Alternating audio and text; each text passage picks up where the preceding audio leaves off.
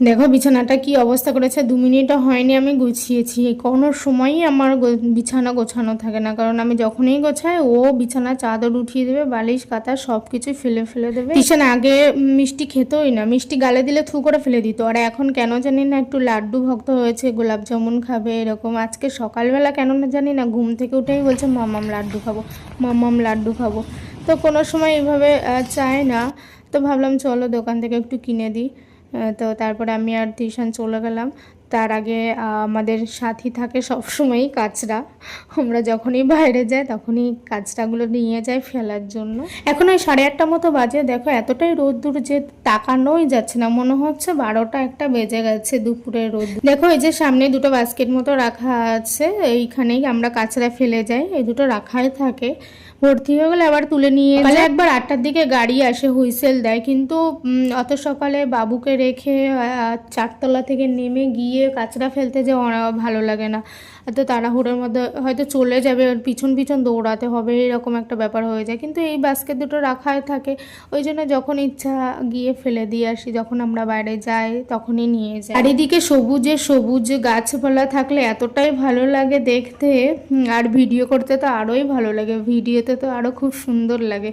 তো বাইরে আসলেই তিশান এইভাবে দৌড়াতে থাকে, আমার হাত ধরবে না কোনো মতেই, কোলে তো উঠবেই না, সে তো দূরে থাক, আর হাতও ধরবে না, ও ওর মতো দৌড়াতে থাকবে।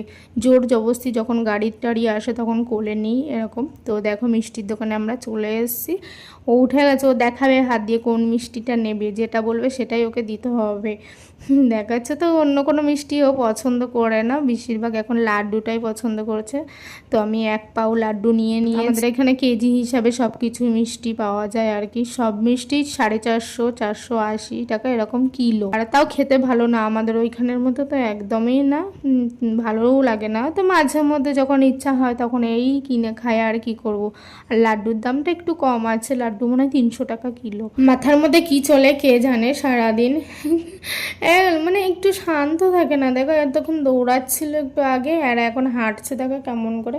যতবার বলছি বাবা দৌড়িও না, হাঁটো না, কথা তো শুনবেই না, ওই জন্য আরও বেশি বারণও করি না, তুই যা করিস কর, থেমে যাবে আপনা আপনি।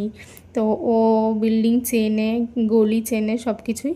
তো দেখা চলে এসেছে, ও একা একাই পুরো উঠে যায় 4টা, কোলে নিতে দেবে না, হাতও ধরতে দেবে না, পুরোটাই একা একা উঠবে। আমি বলি না বাবা, পা ব্যথা করবে, পা ব্যথা করবে, আমার হাত ধরো, আমার কোলে এসো। সে ছেলে কিছুতেই উঠবে না।